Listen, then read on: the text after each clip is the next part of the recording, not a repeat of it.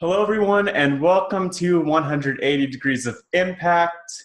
My name is Matt Scott, and today I am overjoyed to be joined by Sarah Rice. Some know her as Sarah Patterson. Sarah, how are you doing today?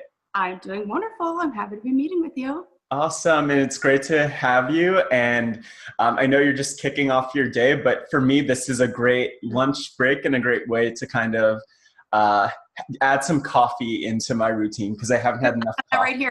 Perfect. Oh, wow. Yeah, I have water right now, so staying hydrated, but I'm a little bit jealous. Again, I will live vicariously through the coffee.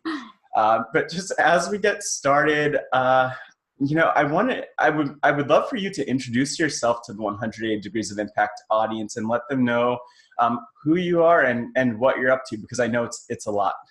Oh, it is a lot. Okay, Yeah. so I started like my career out in public, I guess, on The Real World back in 2008.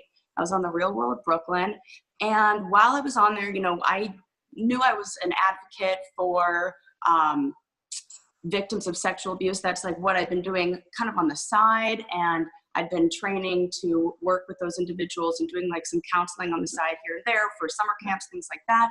But I never really knew just how things would go on The Real World, and it ended up that I shared my story of surviving sexual abuse, and I was contacted by the person who abused me while I was on the show, and it kind of just started the ball rolling for this whole, I guess, like a role of an advocate. But I didn't really know, like I didn't go on there intentionally going, I'm going to be the person who speaks for these people.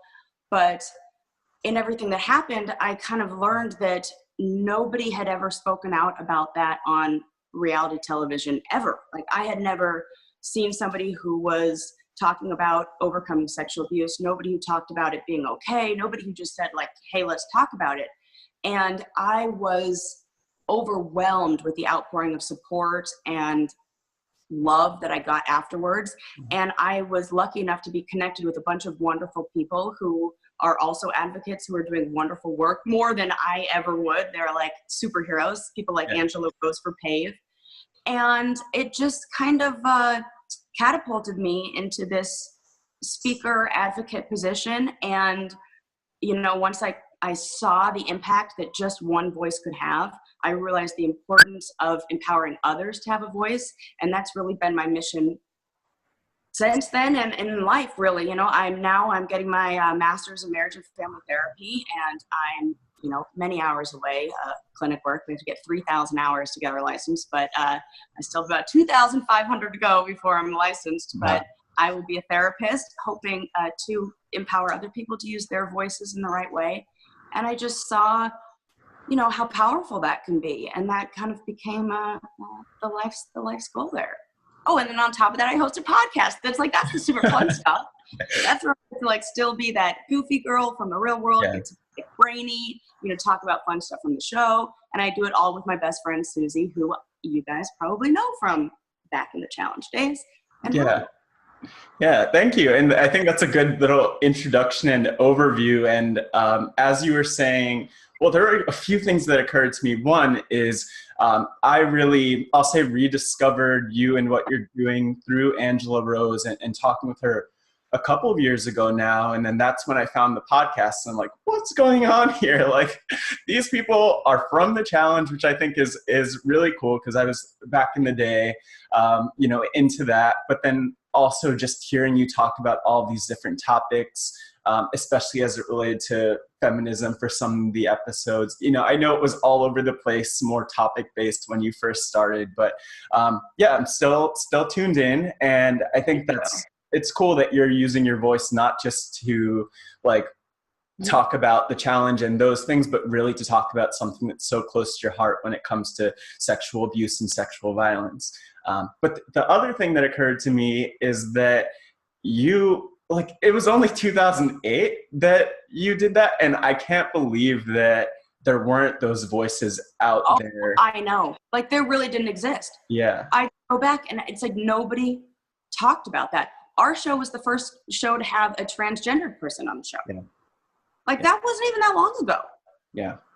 Yeah. That's insane to think about, just how recent it was and how much has changed, because I even mentioned to you just before this, like my experience on a college campus, like in 2010, I joined an organization that someone else founded in 2010 focused on sexual assault. And it had like about as much steam and momentum as you would imagine at the time, which wasn't a lot. Now things have thankfully, I think, changed where it's much more of a mainstream conversation, like Me Too and Time's Up and everything to that effect, which I think is really awesome. But like going back to 2008, how did it feel for you to, I guess, be the recipient of all of these reactions from you sharing your story and using your voice?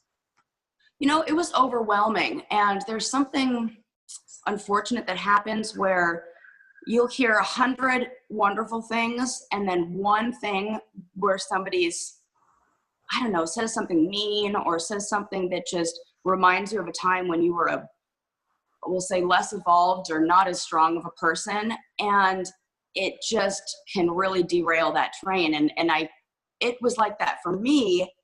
And I had so many voices that were lifting me up. And so it made me think like, man, what would it feel like if you didn't have that kind of support? And just made it all the more important to support people and encourage people to speak out and for people to feel like united. And this isn't something that isn't something that should be brushed under the rug. I just wanted it to become more, I don't know, like not mainstream, but like okay to talk about. You know, that's what we've always talked about. It's like breast cancer awareness. We talk about that. We talk about, you know, drunk driving, but we don't, and there's like, you know, Mothers Against Drunk Driving, but everybody's like, shh, don't talk about sexual abuse. Yeah. And I think that we need to just change that, you know, and it's kind of happening right now. And unfortunately, there's a lot of pushback. But yeah, I guess to answer your question, it was really overwhelming. And, you know, also, I think this is a really important thing to say and stress is that I spoke out, and for a lot of people, I looked like I had overcome the sexual abuse. I looked like I was strong and I could do it and like nothing could stop me. And that is the image that's projected. And that's the image that, you know, MTV shows and that like I get on stage and show. But the truth is I have all the same struggles that anybody who's a survivor or just a person on this planet has, you know. It's like social anxiety. Yep. You know, worrying like, did this really happen? Like all the things that a victim goes through. Yep, got it all. And through speaking out, I realized that the healing process is really long in a lifetime. And you're going to learn new things, and new things will, like you'll think, okay, yep, I got it. I'm healed. We're good. And then something will happen. You're like, no, dang it. There's this one thing I totally forgot about. So just to be really gentle and to be really compassionate to yourself, and understand that, you know, all healing is anything healing is good healing, but it is a journey and it takes a long time. Yeah. And I think it's so important to be really transparent about like that side of things too, because I think it's so easy for anyone to look at you and even just you and Susie. I don't know if we said her last, Susie Meister, or this is one of those things where I keep getting caught up in the name. So I'm like Susie Meister, Meister Butler, Susie Butler. So I'm getting tied up. But it's one of those things where I think it's easy to look at you and also thinking of my friend Delaney Henderson, who's one of the another PAVE ambassador. And I had a conversation with her, and she's saying the same thing. I'm just a normal person, where there are the highs and then there are the lows, and people need to understand that there's like this 3-dimensional aspect to who I am. And so I think that that's so important that you were saying that. I'm wondering, are there any, just in general, any challenges that come to mind in your experience now, especially 10 years after sharing your experience on the real world, that I don't know, that stand out among the other challenges that you face, just having dealt with that trauma and your experiences with sexual violence and abuse? You know, I think really like the lessons that I've learned recently as an adult and in my own marriage is that I was, you know, I didn't really feel safe for a long time. And in not feeling safe, you put up this very hard exterior. And, you know, in being like the girl who wins challenges and like nothing gets her down and she's so optimistic, I had this real, like almost like a wall up, you know, and this, I couldn't be vulnerable and I couldn't say I need help. And that was really hard for me. That was something that wasn't really taught in my family. We were all survivors. And, you know, it was almost like we were fighting against the term victim in every single aspect of our life. Yeah. But it made it so we weren't asking for help in the places that we really needed it. You know, to be able to say like, I'm depressed today and I can't do this. I feel like this because this, and here's why, and to feel like I was in a safe place with any of my relationships, whether it be with family or with my intimate relationships, where I could say that and feel like my feelings would be validated, because I never really had that. You know, I was very lucky to have a mom who supported me through all this, but I think she was also doing her, like, I got to be tough. I got, you know, and we were both just like, on the inside dealing with a lot, but projecting an image of like, we got it all together. So it wasn't until we were able to kind of, you know, everybody, my family, you know, relationships kind of go like, I need help too. And this is bigger than me. And, you know, we've kind of lost the sense of community. And I think that's what needs to be like brought back and interjected into our lives to be able to heal in the right way. And for me, that was a big thing. It's like allowing other people in, allowing that community, and feeling safe with people to, you know, share in a real deep and emotional way. Yeah. No, yeah, that's hard and that's complicated. And I won't even ask about like that process, because I'm sure that you could probably write a whole book about that process. Many therapy sessions. Therapy sessions. Yeah. So those would definitely take a lot longer than I'm sure that we have now. But you know, maybe sometime we'll go back to talking about that. I am wondering though, like you mentioned in one breath talking about like the difficulty and the challenges, and in another sense talking about the need to like take care of yourself. And so I'm wondering for you, like I know you are a huge crossword puzzle lover and so many other things. What does your self-care look like? Oh, good. That's a really good question. So I think a lot of people think that self-care is like getting your nails done or getting a massage and stuff that's almost like an action. But sometimes self-care for me is stepping back and taking less action. So doing things like saying, you know what, you don't need to organize that drawer right now to feel better.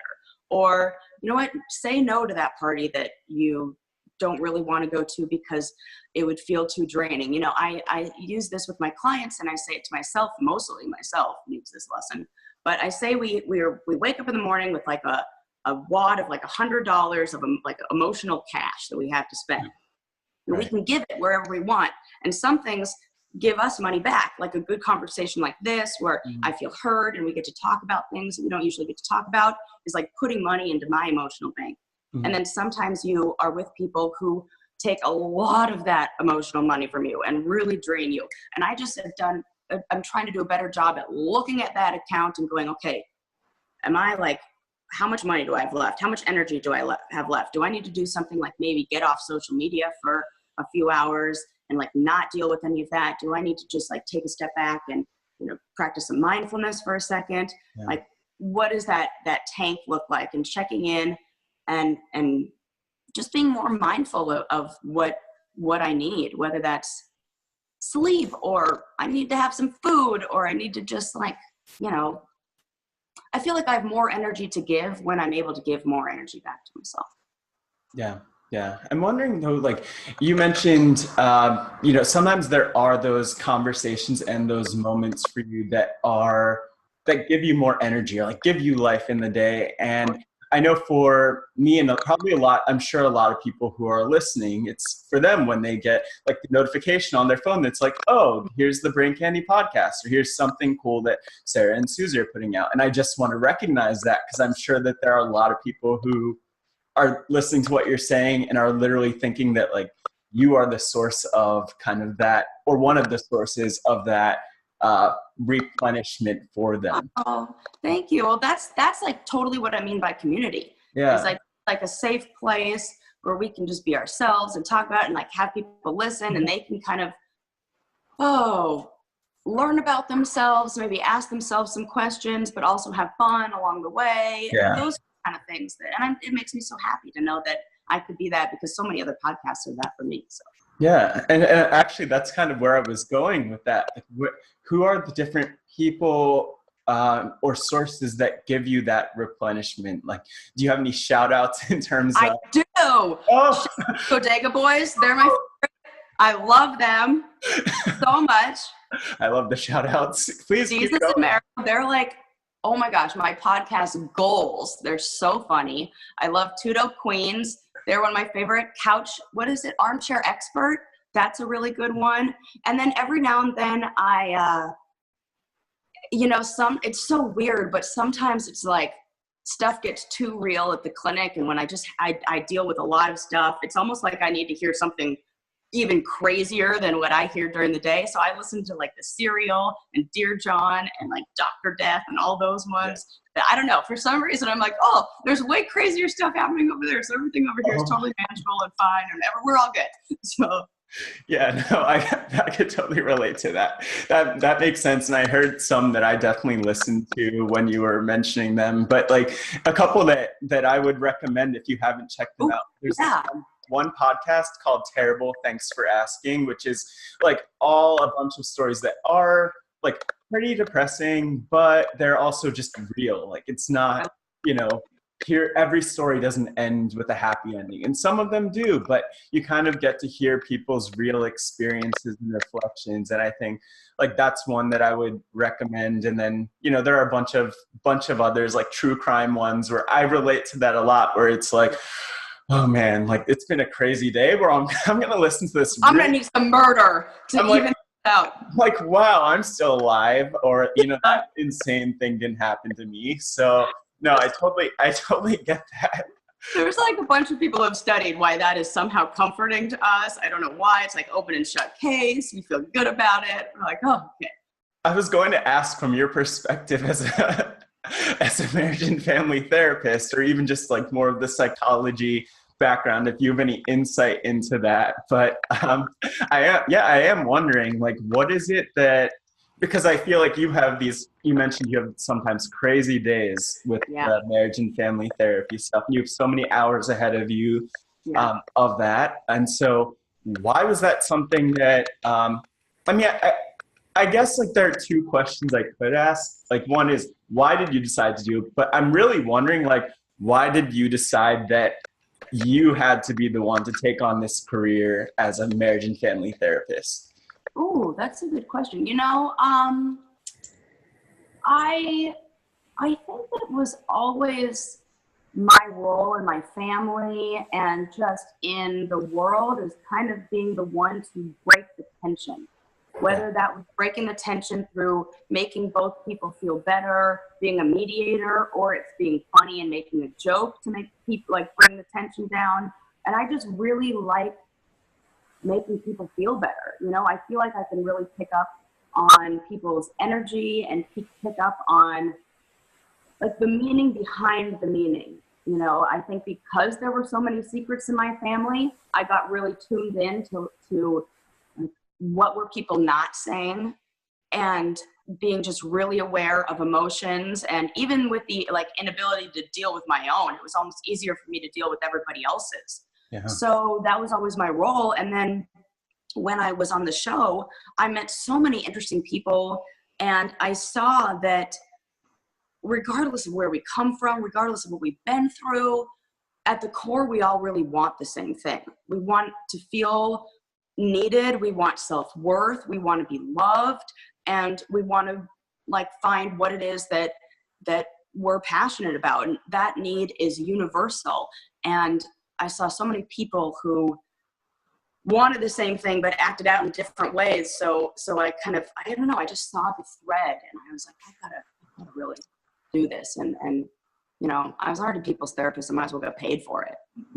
Yeah, might as well. So, I mean, that's a great way to think about it. And it's kind of insane because even listening to you, I'm thinking like, wow, yeah, it is easier to deal with other people's problems sometimes than to deal with your own. And I think that speaks to the type of person you are in a lot of ways because I was reading something as I was preparing for this interview where this was probably from when you started, on the Real World Brooklyn, and someone wrote one of these probably like TV guide reviews. I don't even know if that still exists anymore, but it was one of the people who was like, Sarah just seems to be one of these people who cares about people to a deeper level beyond like tabloid, or I don't remember how they phrased it. And I thought that was an interesting thing to read because I remember going back, I should say I vaguely remember going back to like,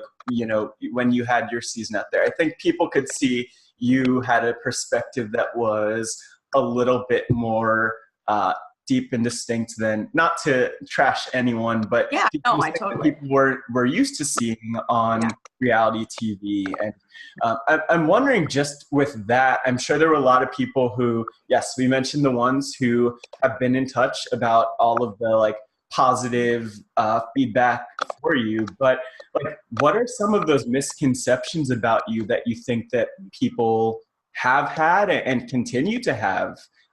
Because I'm sure that people always jump to conclusions about who you are as a person.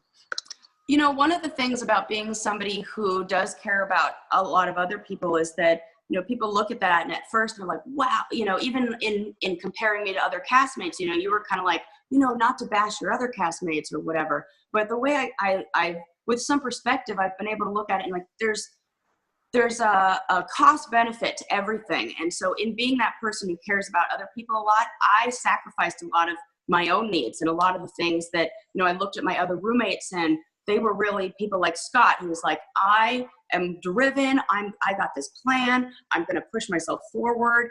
And in caring for himself, he's able to then have a healthy relationship with his wife, and he's a really great, stepdad to his daughter, and all this stuff through caring for himself, and so somebody who may to other people who is like, maybe compared to me at first glance, you're like, oh, well, she's really good at helping other people. And look at how self-sacrificing she is. Scott was in his way, and other cast members were doing their part to, in the future, care for other people in like a different way. So that's kind of like a misconception of how it doesn't necessarily mean that, one is more caring or one is less. Mm-hmm. And I think a lot of people think I care about the Johnny thing way more than I do. Because, I'm really blessed in my life. I have, I don't really need for much or want for much. And I was smart in the beginning with how I saved my money from the challenges and didn't buy fast cars or nice bags or anything like that. So, it wasn't that big of a loss. It was more, I felt the thing that I was hurt most about on that mountain was that I put my trust in somebody, especially a male, and they, took a big shit on it, which kind of sucked because it triggered a lot of my feelings from the past about trusting males and then having them hurt me in a way. So it was kind of like one of those, oh, well, there you go. There's another example of how you can't trust them. And so it made me a little bit, put those walls up once again. I'm going to shut my door because the trash collectors are coming around and it's real loud. No worries. No worries. All right. There we go. Have to take out the trash. Yeah, got to take out the trash. Yeah, that's probably. I was actually gonna point out. I was not gonna say anything about. I don't even want to say his name, but about Johnny Bananas and anything like that, because I feel like you have this very rich life, and I don't know about his life, but I also like that's kind of the premise of 180 Degrees of Impact. Like you could use your life for one thing, which could be, whatever that might be, whether it's negativity or apathy or anger in the world, or you could take action. And I think you're doing a lot to take action.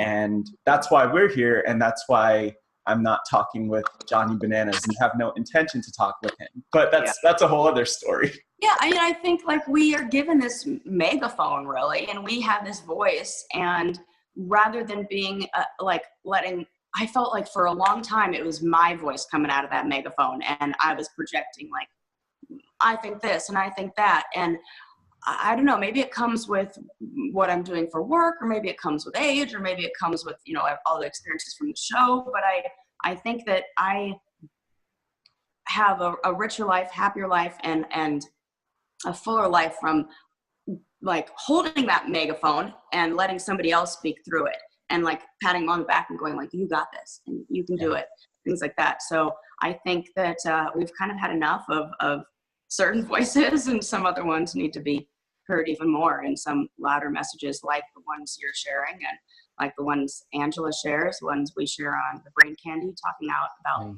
the real issues. And yeah, and I think that's one thing that I'm glad you mentioned that, because like thinking about Brain Candy as an example with this podcast with 250 plus episodes at this point, you know, there's a lot, people have heard hours and hours and hours of your voice. Like, I mean, I've had, for 108 Degrees of Impact, it's been like 30 hours of conversation so far, but that's nothing in comparison to probably I would assume 200 plus hours of just listening to you that many people have had.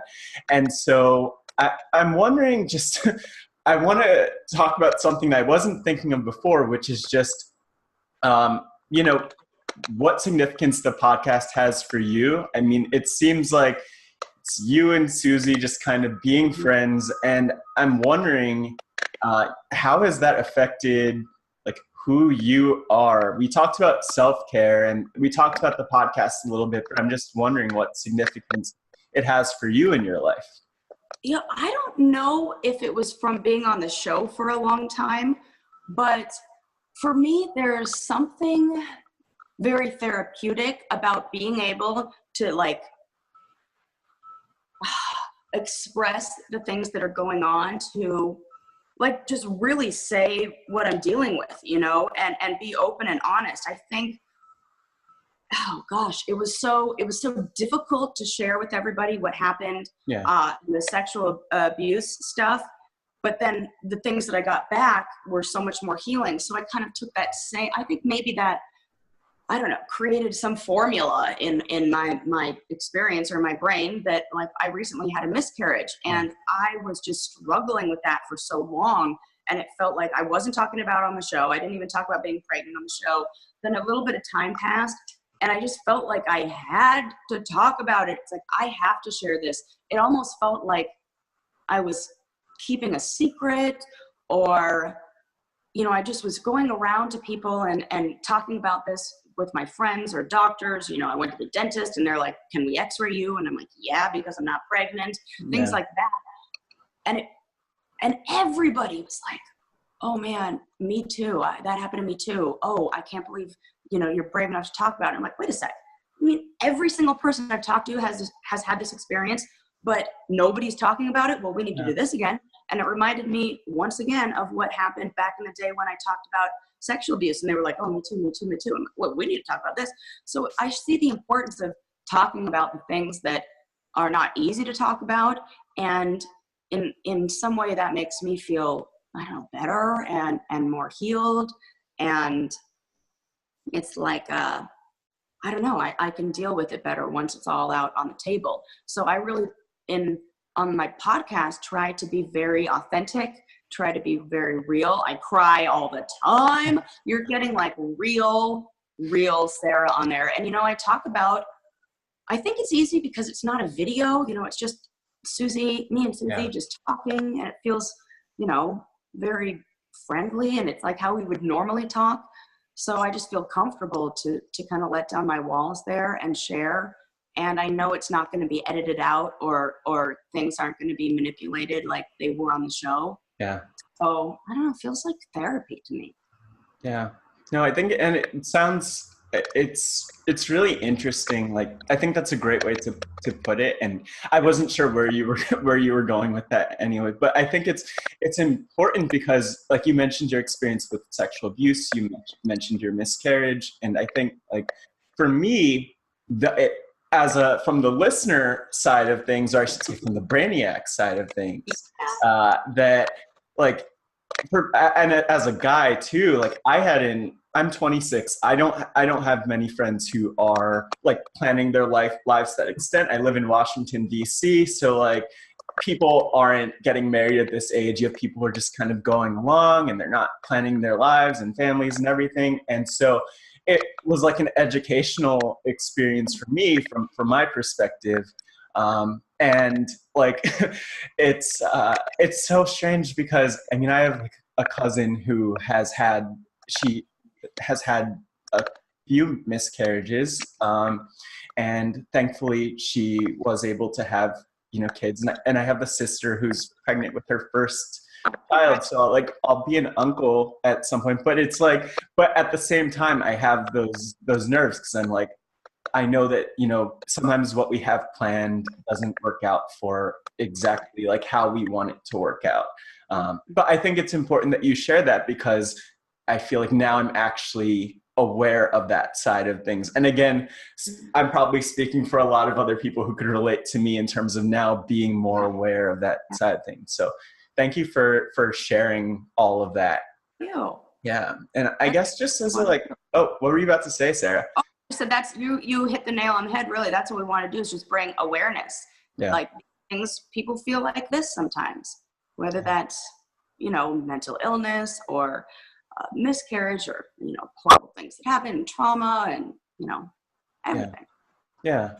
I think that you're really, but I appreciate your bravery, and I feel like you've probably heard that word thrown out a lot to describe you, but I think it is really brave to be able to just speak up and throw these pieces of your life out there and just kind of like, oh, well, it's me, and, take it or leave it, and we could talk about it if you want. And I think that's really cool that you've been able to do that for, like, the past decade, basically, which is really awesome to see.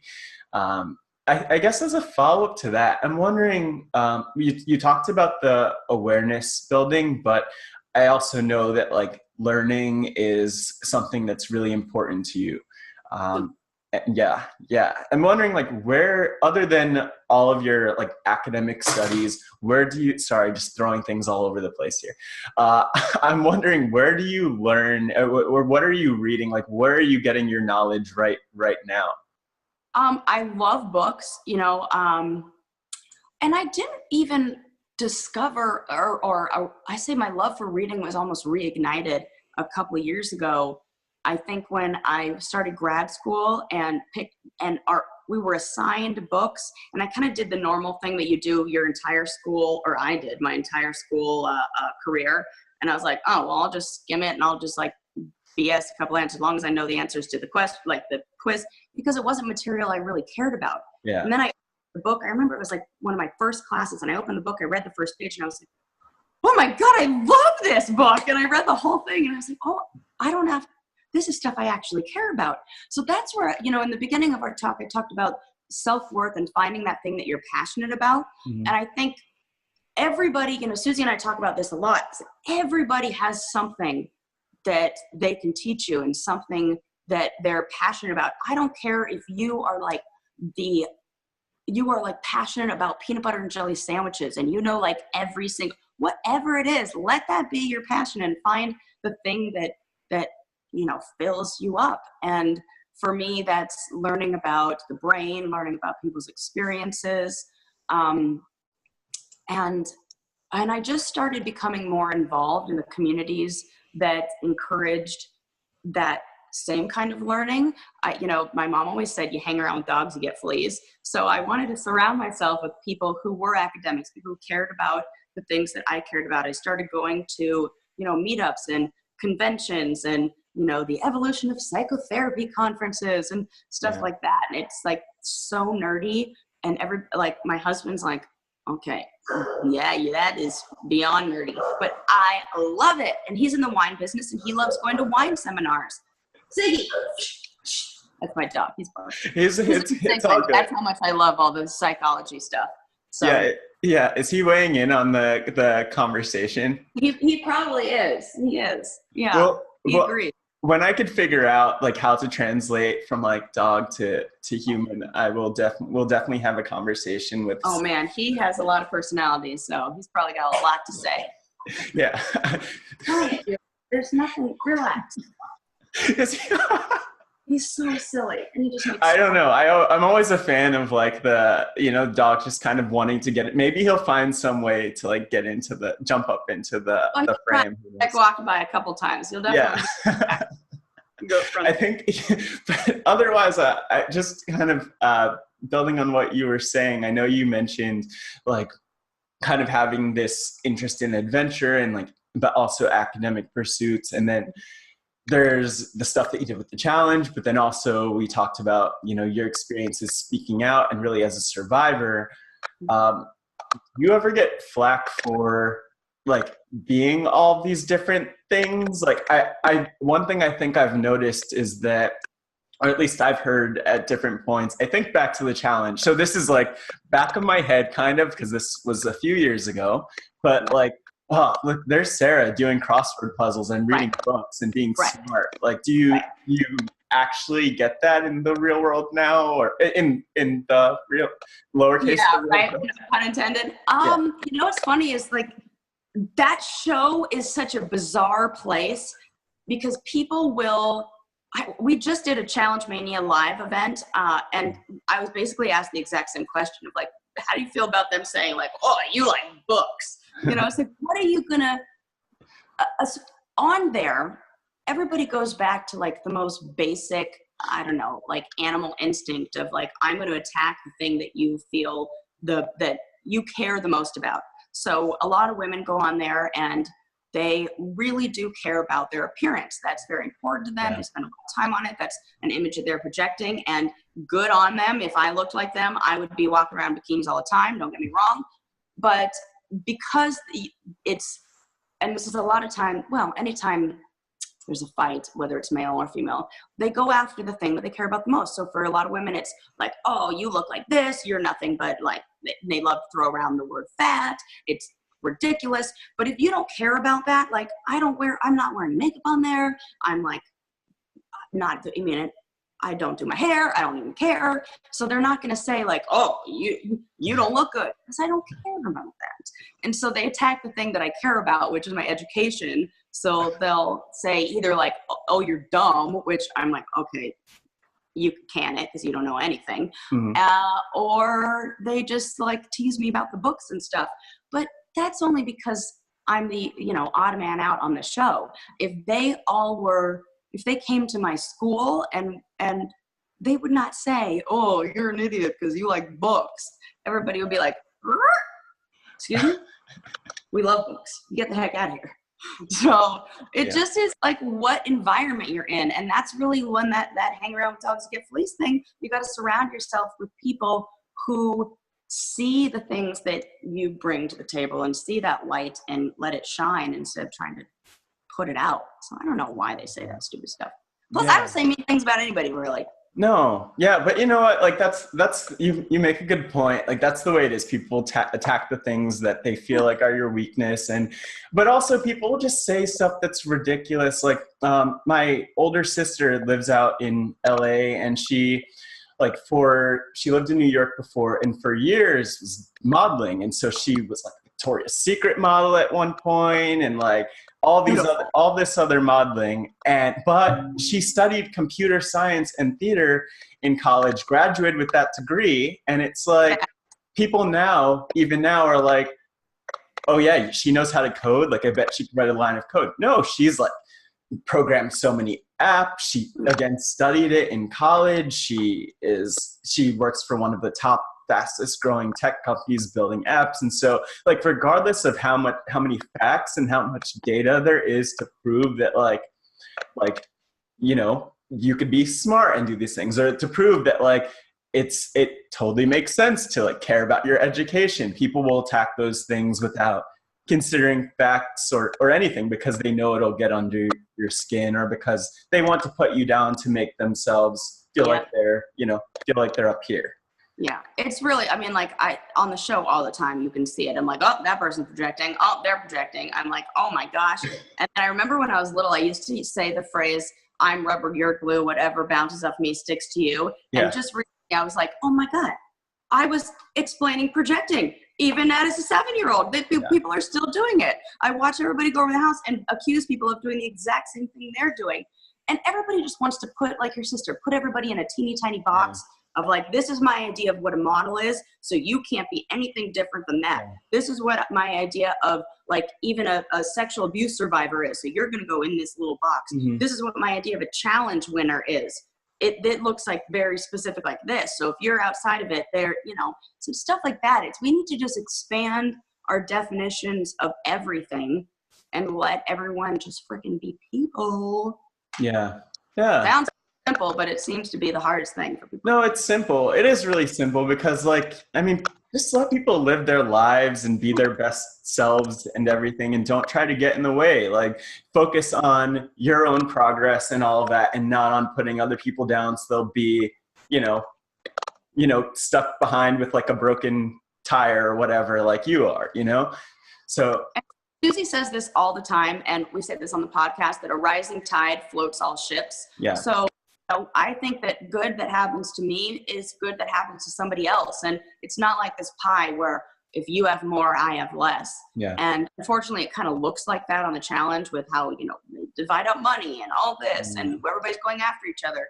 But, that's why Susie and I started the podcast and our other challenge stuff, because like, hey, we can all have a little bit of this. What do you have to come promote? What do you have, everybody's our success is everybody's success, and vice versa, especially for, former cast members or people who want to speak out on something. Yeah. And I think that's kind of what one thing that's so important to realize, like, the more that we work together and help each other, the better off we'll all be. Not to be like a PSA and kind of trump at that point, but like that's something that I've found in all the people I've been talking with through 108 Degrees of Impact, and like something that I'm seeing through this conversation. And you said, like Susie said it too, it's so apparent, and I hope that we could all like start to embrace that point.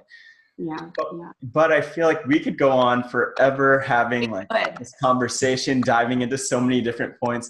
And I think you kind of gave your advice already for people. You gave a lot of different pieces of advice just from your perspective, like for people who want to make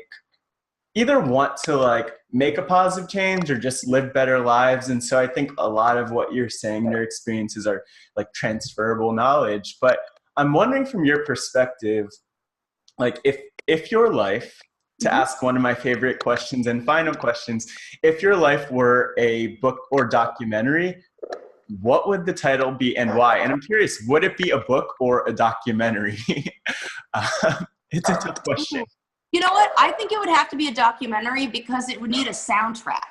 Yeah. Like I don't know, because I feel like that segment, quiet, so loud. Don't interrupt. Okay, so a documentary, and it would be something along the lines of like maybe like something about stepping stones, or like, moving forward in some way, or like understanding that every stage is a stepping stone, something that you could like make artsy about that. Yeah. But, just talking about how everything you make leads to something better. And like, even if it's the bad stuff that happens to you, it's a stepping stone to greatness and a stepping stone to your final destination. One of those, like, it's not the destination, it's the journey kind of things. Yeah. But I would say documentary so that it could have a really cool soundtrack. And, because I've got a lot of things on video, so you'd be able to definitely put something together. Yeah. Yeah. Well, that's such a good one to think about. What would the title be? What would the title of yours be? Oh my gosh. Oh, that's so, okay. So I've been asked this a couple of times, and I think it would be I don't have any clue. Like, it would probably be something to do with, so someone suggested it should be 180 degrees of impact, but like, I think keep impacting, which is how, spoiler alert, that's how I like to end a lot of my interviews. Like, keep impacting. I love it. You know, that might be it, because I feel like there's a lot that comes up in the world and a lot of barriers and a lot of negativity that you might face. Like, you've given examples of just obstacles you faced in your life that, you know, you're still overcoming or that you've overcome already. And it's like, those are things that we kind of have to learn to like climb over or climb under, or, you know, somehow work our way through them and navigate with them. And like, that would probably be my title, keep impacting. Because like for me, so I started 180 degrees of impact at the start of 2017, following the 2016 election, and kind of seeing a lot of anger and apathy and wanting people to take more action. So I started writing about people and writing a lot of blog posts, and that got really tiring and stressful. And like in early 2017, in March 2017, my dad passed away. And so for me, it was like, okay, like how do I get past that, you know, the next week, as with someone so critical in my experience of my dad, like so critical to me and such a big part of my life. How do I keep going? And, you know, in just so many ways, how do I focus on working and living and just being human? And so I kind of figured that out. And that's kind of part of why I, you know, do these video conversations. That's part of why I am who I am. And I think it's because I've tried to come back to that title, like keep impacting in my own way. So that's what I've got. But it's you hit the perfect point that finding that thing, that self-worth, that thing that's important, can get you past very, very difficult experiences and really emotional events. And so it's so wonderful that you were able to do that and that you can inspire others to do that. And that's really echoing everything. I mean, we're saying the same thing in like, you know, two different ways, that find that thing and let your passion kind of guide you through the challenges of life. Yeah. Wow. I think that's like a really good quote at the end. I have to go back to that and like listen to that, because it's profound. Like, find your thing, try on your different hats, and kind of work to get to something that you could really hold on to. So just as we wrap up, I'm wondering, where could people learn more about you and all that you're up to and your story? You can check out the Brain Candy podcast anywhere you get your podcasts, from Spotify, SoundCloud, iTunes, all that good stuff. Or you can go to thebraincandypodcast.com and listen right on there.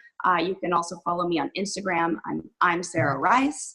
And the links to the episodes are always in the bio. If you're interested in challenge content, we have a Patreon. That's www.patreon.com/braincandy. And you can join there and get access to like hundreds of interviews we have with former cast members, with other reality show people, with crew, with everybody, all your questions you ever wanted answered and more on there, and weekly live Q&As where we watch the show and drink wine and be ridiculous and cold call cast members and all that fun stuff.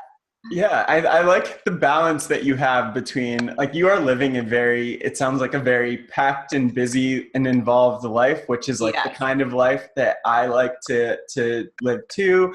And I love how you're like focusing on a lot of deeper issues and therapy and everything like that. But then also you're like, you know what, I'm just going to get my glass of wine and joke around with my best friend and talk about things and have a good time. And I think that's important to do that. So check it out. Support on Patreon if you're listening to me and watching this. And the last thing I'll say is, if anyone wants to learn more about 180 degrees of impact, they could check out www.lets.care to learn more. But yeah, thank you so much, Sarah, for this time and for being you, and just keep putting the content out there, keep putting your light into the world. You have a wonderful beautifully lit and angelic background too. So just want to give you the shout out. And I'm really glad that my shirt happens to match those flowers in your background. It sure does. You go very well with my home decor.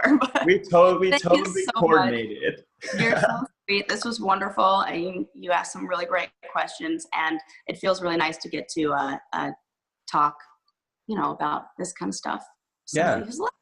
And all over the place, and it's good stuff. And as we wrap up, as I mentioned and spoiled before, as I say at the end of each and every one of these interviews, keep impacting, keep up the great work, Sarah, and thanks for all that you do and all of who you are.